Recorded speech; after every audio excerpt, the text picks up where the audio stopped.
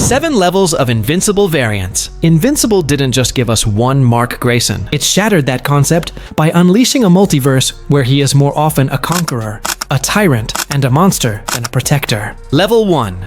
The Cannon Fodder. Level 1 is the foundation of this terrifying pyramid, and it is built from incompetence and anonymity. This is the multiversal dumping ground, the place where variants are sent to die with no fanfare, no legacy, and no impact. These marks have one singular, pathetic purpose: to be warm bodies in the Invincible War, to make the conflict look large-scale and chaotic, and to be swiftly eliminated to demonstrate the valor of Earth's heroes, or the sheer lethality of their more powerful counterparts. They are the red shirts of the Viltrumite Empire, the background characters in their own apocalypse. A quintessential example, perhaps the poster child for this level, is the variant we'll call Bulletproof Mark. His entire claim to fame, his sole-defining characteristic, is that he wore the unsold, orange and yellow bulletproof costume from the main timeline. It's a hand-me-down identity for a Mark who never earned his own. His tenure in the Invincible War was so profoundly unremarkable that in the comics, he was killed off-panel by Cecil's Reaniman. Let's just pause and consider the staggering implication of that. A being with Viltrumite DNA, however diluted, was taken out by what are essentially advanced zombie cyborgs. Every other Viltrumite we have ever seen, from Mark and Nolan to the lowliest Imperial soldier, has treated Reaniman as a minor nuisance, swatting them aside with contemptuous ease. The fact that this Mark fell to them tells you everything you need to know about his power level, his combat prowess, and his place in the cosmic order. He is quite simply not that guy. But the indignity does not stop there. This tier is a gallery of failures.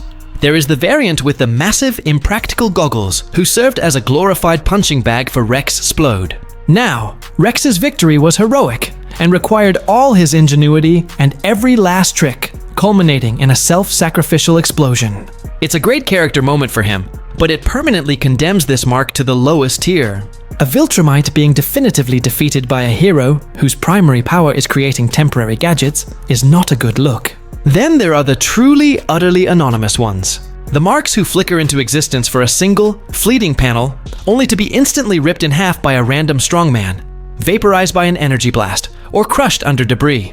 One variant, who notably doesn't even have any black on his costume, literally just, as one source perfectly stated, they showed up to be killed, and that was it. He never appears before, he never appears after. These variants have the most basic, uninspired costumes, usually a simple palette swap, or a minor accessory tacked onto the classic suit. They exist for a single, grim purpose: to be a statistic, to be turned into a Reaniman, and to pad the body count. They are the tutorial-level enemies in a game where the main character is already max level, and their existence only serves to make the upper tiers seem even more formidable by comparison. Level 2. The Disposable Brigade. Level 2 represents a slight, and I must emphasize, a very slight uptick in quality and relevance. These variants manage to claw their way out of total obscurity by surviving long enough to have a named opponent or a single line of dialogue that hints at a personality beyond generic evil. They are the almost there crowd. They had a sliver of potential, demonstrated a flicker of something interesting, but were ultimately just more durable, slightly more noticeable casualties. They put up a decent fight for a few minutes, which automatically makes them superior to level 1, but they lack the durability or narrative weight to be considered real. Lasting threats. This tier is perfectly defined by a pair we'll call the Tech Jacket Takedowns. This duo, one with short hair and another with a sleeveless costume, managed to corner the hero Tech Jacket, a wearer of immensely powerful alien armor. They even had a moment to gloat and establish a bit of backstory, with short hair Mark claiming to have killed a bunch of Galens in his dimension, thereby altering the timeline so that Zach Thompson never received the Tech Jacket. For a brief moment, they seem competent and threatening, but then the reality of their level sets in. Tech Jacket, realizing he is outmatched in a 2-on-1 fight, makes the ultimate sacrifice. He channels all of his suit's energy into the battery, overloading it to create a massive, suicidal explosion that turns both Viltrumite variants to dust. They were beaten by a single, albeit powerful, suicidal move. A top-tier variant would have likely survived that blast, or at least not been completely annihilated. Their strength was conditional, and when the condition changed, they were found wanting. Then we have perhaps the most embarrassing, most humiliating entry in this entire categorization, Omni Mark. On paper, this variant sounds incredibly intimidating. He wears a costume clearly inspired by his father, Omni-Man, and in his own universe, he accomplished the unthinkable. He actually managed to defeat and kill Nolan. The reasons remain shrouded in mystery. So, how does this Nolan killer, this patricidal emperor, fare when unleashed upon the main timeline during the Invincible War? He gets his neck broken by a yo-yo. Let me repeat that, because it deserves to be heard twice. A Viltrumite who killed Omni-Man was strangled to death with a yo-yo, wielded by a hero named Madman.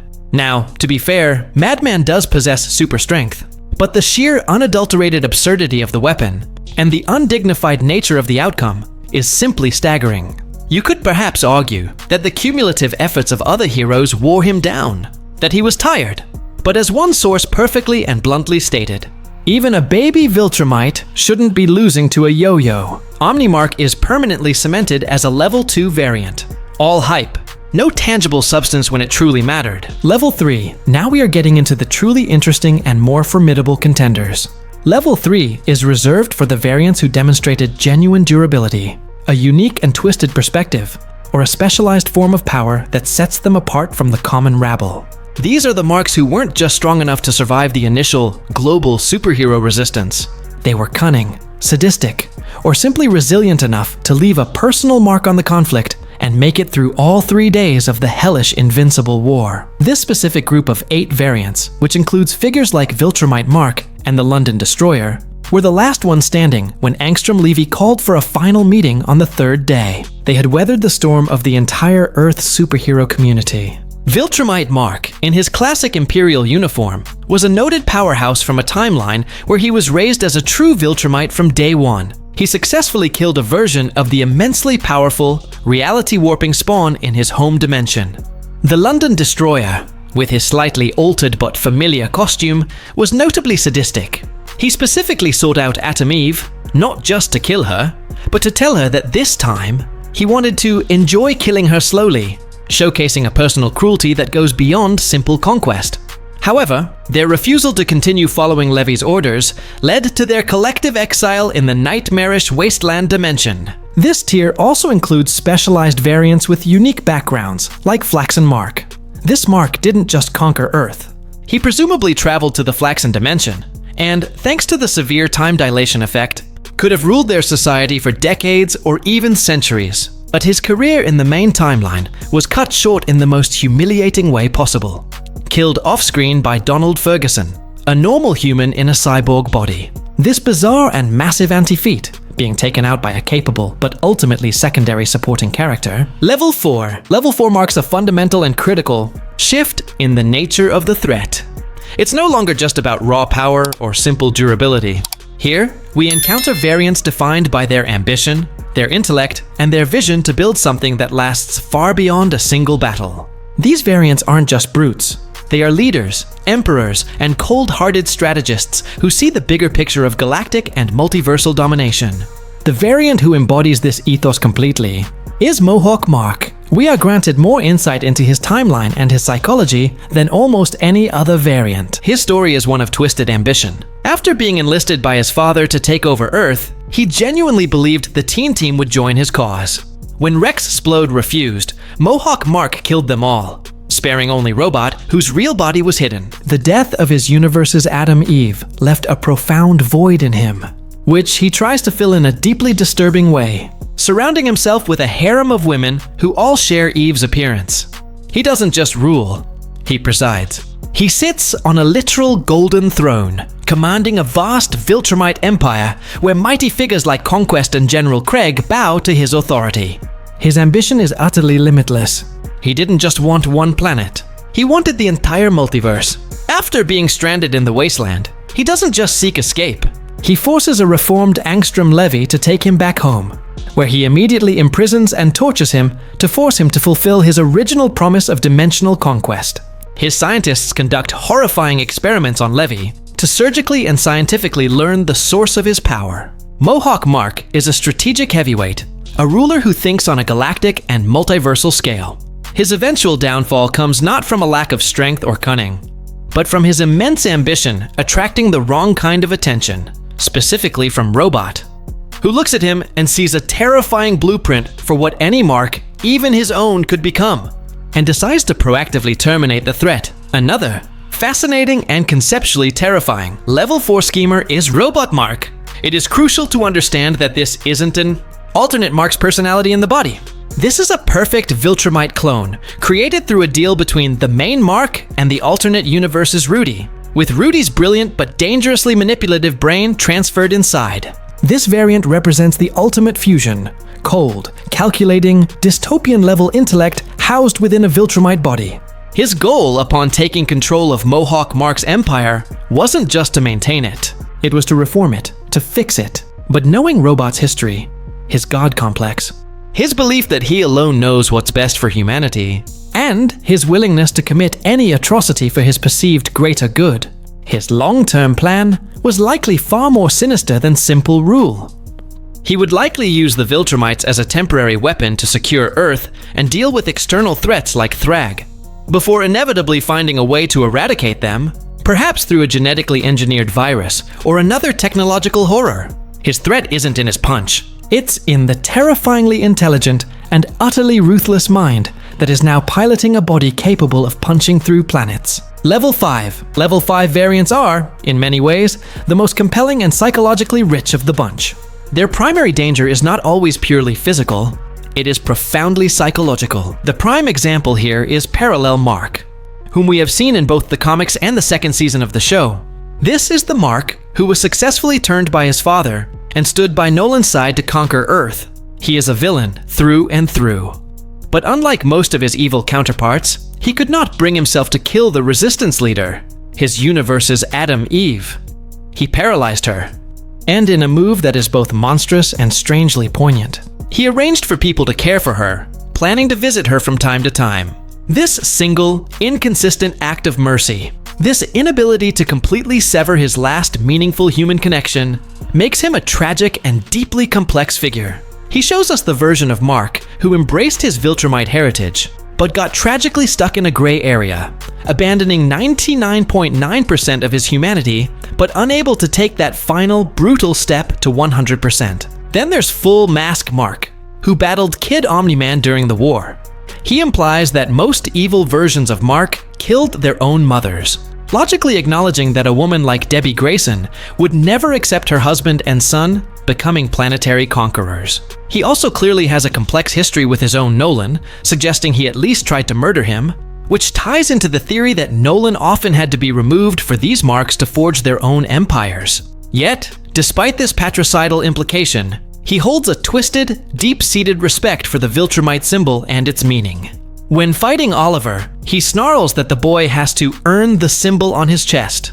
He represents the variant who fully bought into the Viltrumite ideology of strength, power, and legacy, but still operates within its brutal, honor-bound framework. He's not a mindless beast. He's a true believer in a monstrous creed. And that ideological conviction makes him far more dangerous and narratively interesting than a simple thug. Level 6. Level 6 is reserved for the most powerful, formidable, and ruthless variants who stood as the final major obstacles between order and total chaos. First, we have Viltrumite Mark. We have encountered him before, but his performance in the Wasteland is what elevates him to this apex tier.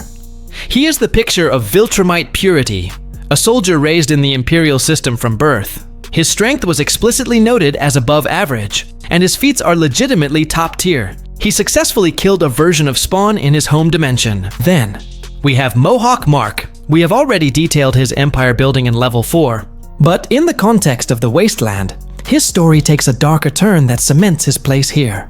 If Viltrumite Mark represents raw power, Mohawk Mark represents strategic ambition confronted by a superior evil. Despite all his power, his cunning, and his imperial authority, he met his match in the Wasteland. He was gripped by a fear so profound it dictated his every move. He was so terrified of the top variant that he refused to fight him one-on-one, choosing instead to flee. This wasn't a tactical retreat. It was a survival instinct born of sheer terror. He even explicitly doubted that teaming up with the Prime Invincible would be enough to secure victory. Mohawk Mark is the ultimate schemer and a powerful ruler, but in the face of pure, unadulterated evil, his will broke. He is an apex contender, yes, but a defeated and psychologically dominated one. And lastly, we have Prisoner Mark. This variant, clad in the tattered rags of a Viltrumite inmate, was locked away in a high-security prison for over a year, likely on the orders of his own father. His body is a roadmap of scars and burns, and his mind has been fractured by prolonged isolation and torture. While other Marks grew strong through ruling empires, Prisoner Mark grew strong through survival alone. His will was forged in a crucible of constant pain, making him uniquely suited for the hell of the Wasteland dimension. He didn't just survive the Invincible War. He endured it with a grit that only comes from having already endured a lifetime of punishment. His placement in level 6 is not based on imperial ambition, but on the raw, terrifying fortitude of a Mark who has already faced his own personal apocalypse and emerged, broken but unyielding from the other side. He is the ultimate survivor, a contender whose greatest power is an indomitable will to live. Level 7. Level 7 is not for a group or a pair. It is a tier reserved for a singular entity. The variant who isn't just the strongest or the cruelest, but the one who perfectly, terrifyingly combines every lethal trait into one seamless package of multiversal evil. The sole, undisputed occupant of this throne is Sinister Mark. He is not in level 7. He is the definition of it. He defeated every other Apex contender. His placement here is non-negotiable, and the evidence is overwhelming. He dominated and consumed them.